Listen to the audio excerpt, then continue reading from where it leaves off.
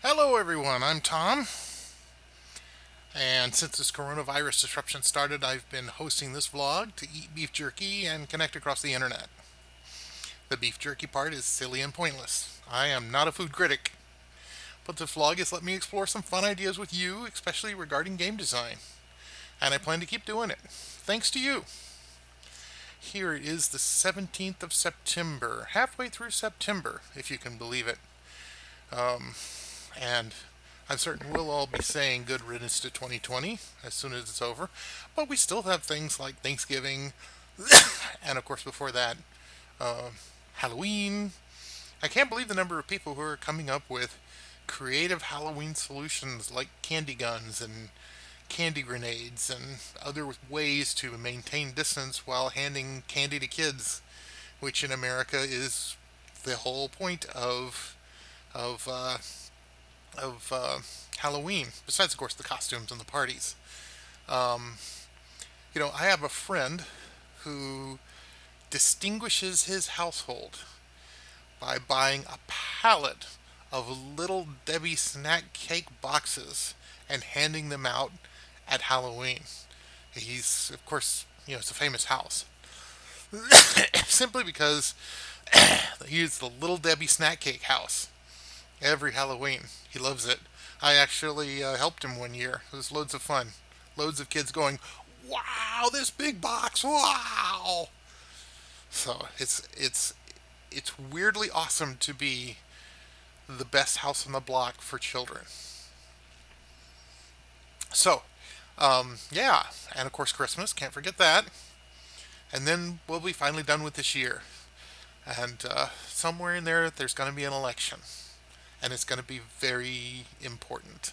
So vote. So vote. If you think your vote does not count, it does. You need to vote. If you want to leave a comment on this video saying, I don't think I should vote, how do I even vote? I don't even know what to vote. I've never done a vote before. And I will help you vote. Because voting is so important. Pogo, in his very philosophical comic strips from decades ago, I think said one of the most important things you can say about voting, which is that voting this year is a way of guaranteeing your ability to vote next year. Think about it. Think about it. And go vote. And I will help you. If you need help, I will give it to you because everyone should vote. Alright, anyway, this is not a vlog about voting. That's not what it says right here. It says it's silly, meatless beef jerky. But if you've seen this show before, you know that we also talk about game design. And more specifically, we have been on a pattern lately where we talk about a specific kind of game design. More specifically, we talk about lesser known game genres. Game genres that are not the big ones like, first person shooters and RPGs and RTSs and that kind of thing. The lesser known game genres are also interesting to talk about. And I would like to continue that today by talking about artillery games. So, artillery games I think are fascinating because they're some of the oldest games, just flat out, straight up, objectively, some of the oldest games. And they're also still in being created today. Um, and why this 250 plus weapons screen is on my screen, we're going to get to that.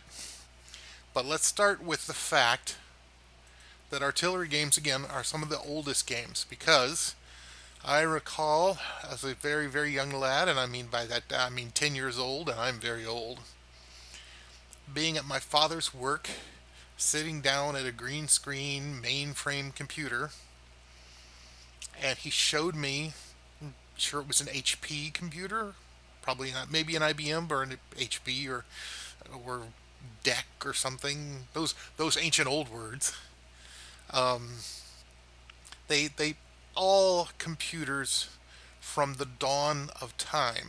It's a fascinating kind of a thing. Have come with games.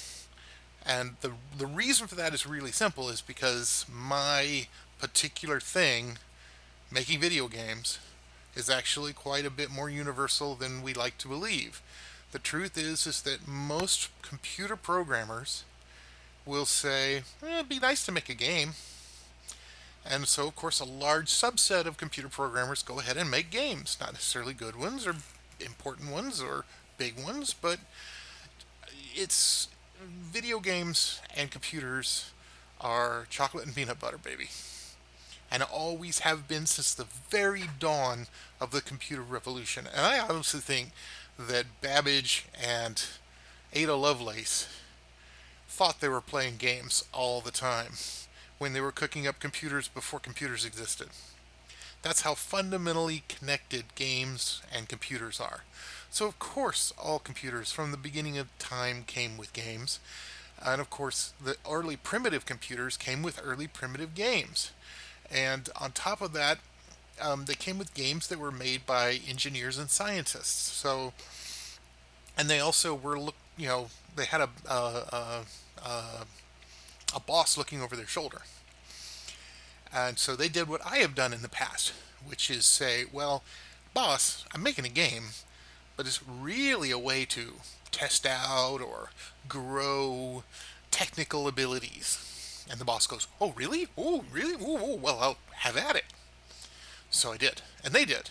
And one of the earliest games they made was a projectile simulator. The idea that you have a cannon and you have a target and you have a little bullet that goes boop boop boop boop boop boop boop boop boop boop boop boop boop boop boop to the target. Simplest concept and a very engineering concept. Can a computer actually track the path of a cannonball? Let's find out. So, and of course, these very early games were in 2D on a 2D screen, and they weren't very pretty or whatever. They were all what are called now programmer art, just a little blob for a tank and a little little stick for the turret and a little dot for the ball. And the explosion probably was just a little flashy screen. And if there was sound, that was amazing. But that was the point. Was here's this simple game where you aim and press the fire button, and then the game simulates an artillery shell falling somewhere and maybe on the target, maybe not, depending on where you aimed. And then a little bit later, somebody said, well, that's great, but let's put wind in. We could put a wind simulation in, and that'll make more interesting. And then a little bit later, they say, well, let's put terrain in so that, it's not all one flat thing. Some parts are here, some parts are here. Maybe there's a hill in the middle. Let's do that. And it was good. It was good. That kind of game came on almost every video game platform in the early days of computers. And it was it was solid. It was old, before most games were new, so it wasn't didn't have staying power, at least essentially, obviously. It was considered those grandpa games, but they never actually went away. These artillery games. And the games extended in different ways, like, okay, here's 2-player mode, and even 3-player mode, and even 4-player mode. And then, what was really exciting was that you could set up multiplayer mode, but then turn on the robot brain for some of the players. So you could play against the computer. You could shoot, and then they would shoot, and then you would shoot, and then they would shoot, and the first one to get blown up loses. And if you really wanted to make it a fun game, then you do multiple rounds of this. So obviously, there was plenty of time for these games, these artillery games, to go through evolution. But I guess in the early 90s came a PC game, I think made by some European guys, that was called Scorched Earth. And it went the extra mile in a couple of ways. It was really, it was graphically modern, and it was exciting, and it had all the things. It had multiplayer, even LAN co-op multiplayer, I believe, and also, AIs that were dialable. And, but more than that, it it brought open, it kind of busted open, as far as I recall, it busted open the main modern innovation to artillery games. And again, that's weapons. The idea that, yeah, the normal artillery game, oh, you shoot a bullet and it flies over and then it hits, and if it hits the target, then boom, the target was blown up. No, no, let's extend that. Now we have lots and lots of different bullets that do lots and lots of different interesting things. They split, they fly, some are powerful, some are weak, some burrow, some are seekers, some are intelligent, some don't even fly, they just travel along the ground. Some are goofy. The point is that suddenly, the dams burst, and instead of having one weapon to play the game with, you had a huge selection of weapons, and so therefore you probably had an inventory of bullets, and you could probably go to a store and buy some bullets of various kinds, and so suddenly it broke the floodgates wide open. But directly after that, and I mean directly, so we're talking mid 90s, I think, a British company called Team 17 came along with something that blew everyone's mind, and it was called Worms. So Worms had a lot going for it. It was definitely an artillery game. By that time, it definitely had 1,000 different weapons, or bullets, whatever.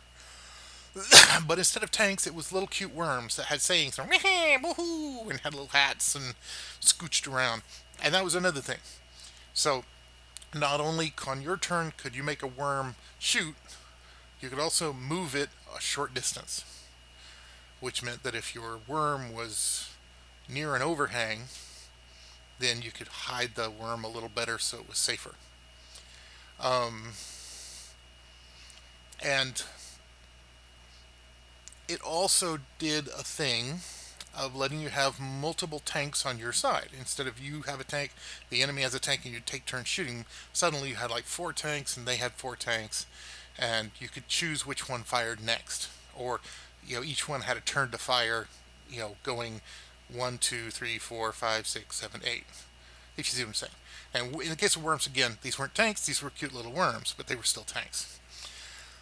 Leading me to pointing out something that I kind of glossed over, but I really shouldn't if we're going to be serious about talking about the history of this kind of thing, which is deformable terrain. So, one of the most mind-boggling things, most exciting things that happened um, with the Scorched Earth product in the late 80s, early 90s, was the idea that, you had terrain, you had a bumpy thing, but the bullets actually didn't just blow up the enemy, they could actually modify the terrain. And to do that, you got a big bitmap of dots which describe the entirety of the terrain. Green where the ground was and blue in the sky above. And you could blow holes in the green part and turn it blue. And that'll let you do lots and lots of crazy things, like burrowing things that blew up underground and pushed out the green ground and deformed the terrain on top.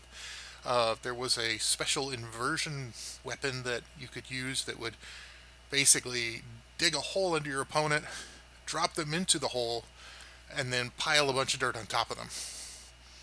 So, I mean, the sky's the limit with this deformable terrain.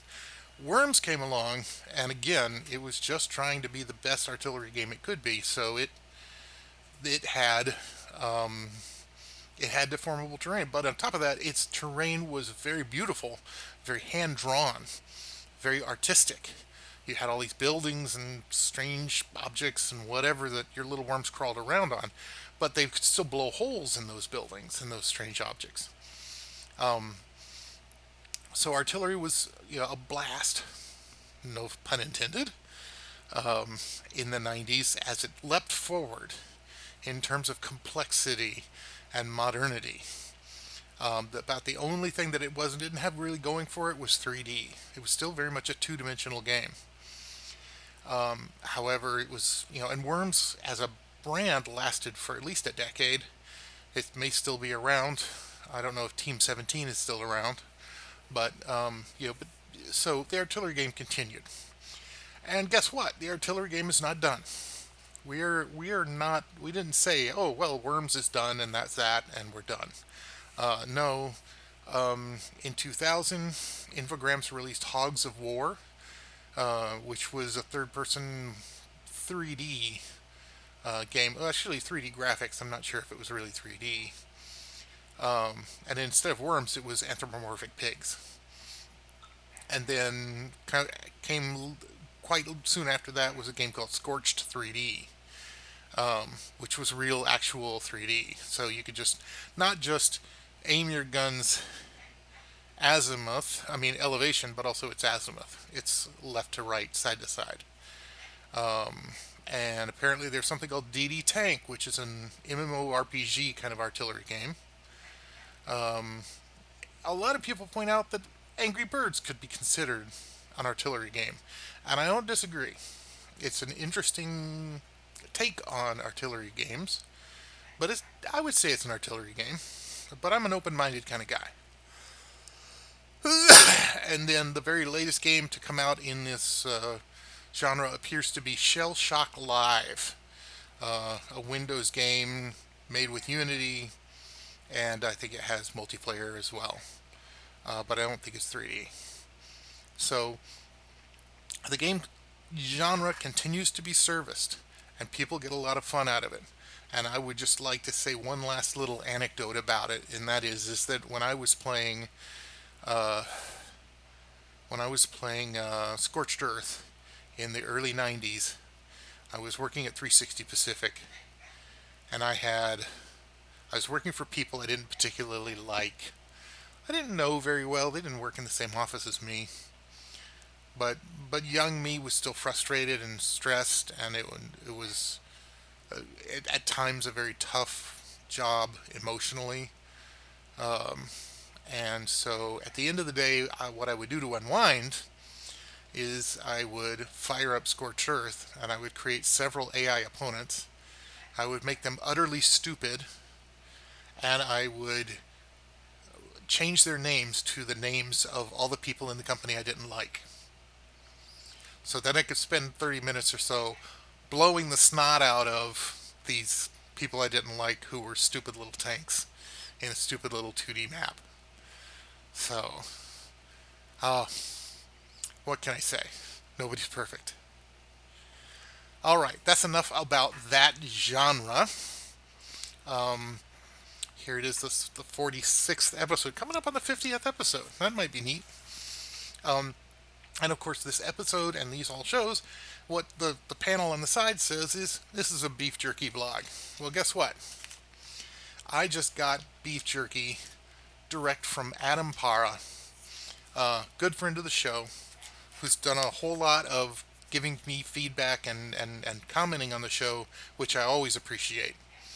And specifically, he sent me a letter, piece of paper. He says, thanks again for making videos during the pandemic. I really enjoy them. Thank you, Adam. I cast them on my TV and watched them during our binge of Stargate. We are on Stargate Universe. Yeah, Stargate SG-1, I still have so many good memories of. I also really liked Stargate Atlantis. Stargate Universe was hard for me to get into, but I enjoyed them all. Adam says, I'm sure that when the time is right, we will all be at Armada. Yes, I really want there to be another Armada. Obviously, we all have to stay safe and be safe before that can happen. But then, oh, talk about parties. We're going to have the biggest Armada. I want the biggest Armada.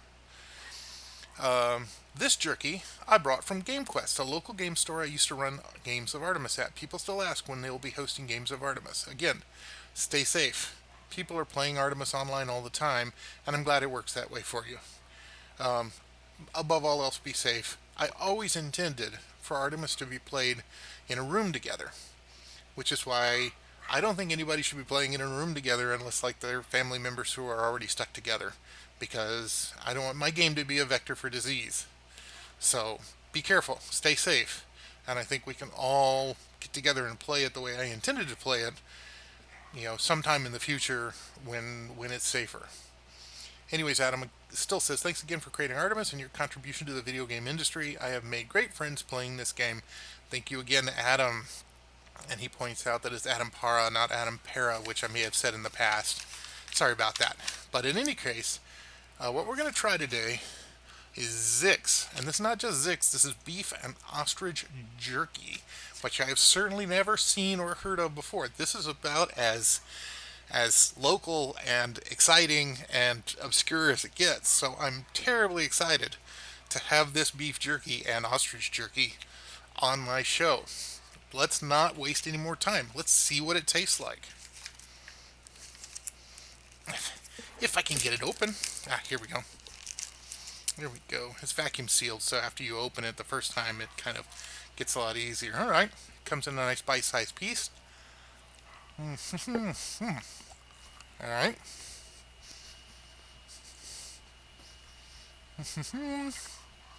Okay. Huh. Okay.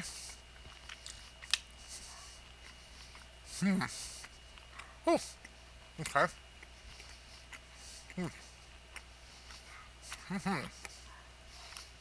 All right. Kind of dry, but I worked it. Not too hot. It's got a real dark flavor to it, a real kind of smoky, molassesy flavor to it.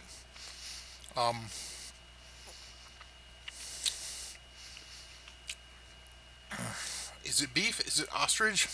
Is it shoe leather? Somewhat hard to say. It's definitely tough. Definitely on the tough side. But not bad. But not bad. It's interesting. I would definitely say it's unusual. Not too sweet, not too hot. Not what I would call an angry set of spices. Yeah, that's my opinion about it. It's definitely a different kind of game. It's it's distinctive, not in a bad way, and not in an axis that I expected. Yeah, thank you, Six, and thank you, Adam Para. All right. Well, Adam was the mailbag this week, but I'm hoping that I can get your comments on Facebook or YouTube so that I can talk about it next week. And to help you with that, we're starting a fun new game aspect concept on this show. And let me tell you what it's going to be. It is Now That's a Game. So Now That's a Game is where you participate. And the way you participate is that you write to me, use a comment on this video in YouTube or Facebook, and you give me a game idea that you have. And by give me, I don't mean I'm going to take it from you. I mean, we're going to discuss it. And more specifically, I want you to give me the game idea you have in the form that's on the screen. You say it's a game where a blank has to blank a blank on a blank. So for instance, if it were an artillery game, you would say it's a game where a tank has to shoot another tank on a complex terrain battlefield. But it could be anything. It's a game where a watermelon has to expectorate a flaming watermelon seed on a hydrangea. All right, just off the top of my head. The idea here is that you put that idea in the comments, and we'll discuss it together. More specifically, we'll discuss how hard it would be to make, what sort of tools and engines are available to make it. Is there game art assets or sound assets that are already made that would make it easier to make such a game? I will bring my expertise to bear to give my professional opinion on how hard that game idea of yours would be. So what you do is you say, it's a game where something has to something a something on a something. What do you think? And we will discuss it on the show the next time. I hope that's an exciting idea, and I hope you guys post about it. It should only just take a second. I'm not asking for anything deep, just something fun that you might have thought of. But at any rate, I hope you will comment on that, and we can discuss it on the next video. Okay, Adam. Well, I had the beef and ostrich jerky, and it was deep and dark. It was not bad at all. I mean, I almost would say that this is orcish jerky. This is orcish jerky. A dark, tough, uh, solid jerky. I'm glad you gave it to me so I could taste it. Thank you, Adam. All right, that's all for now. I appreciate everybody coming and watching, and stay tuned for the next show soon. Thanks. Bye bye.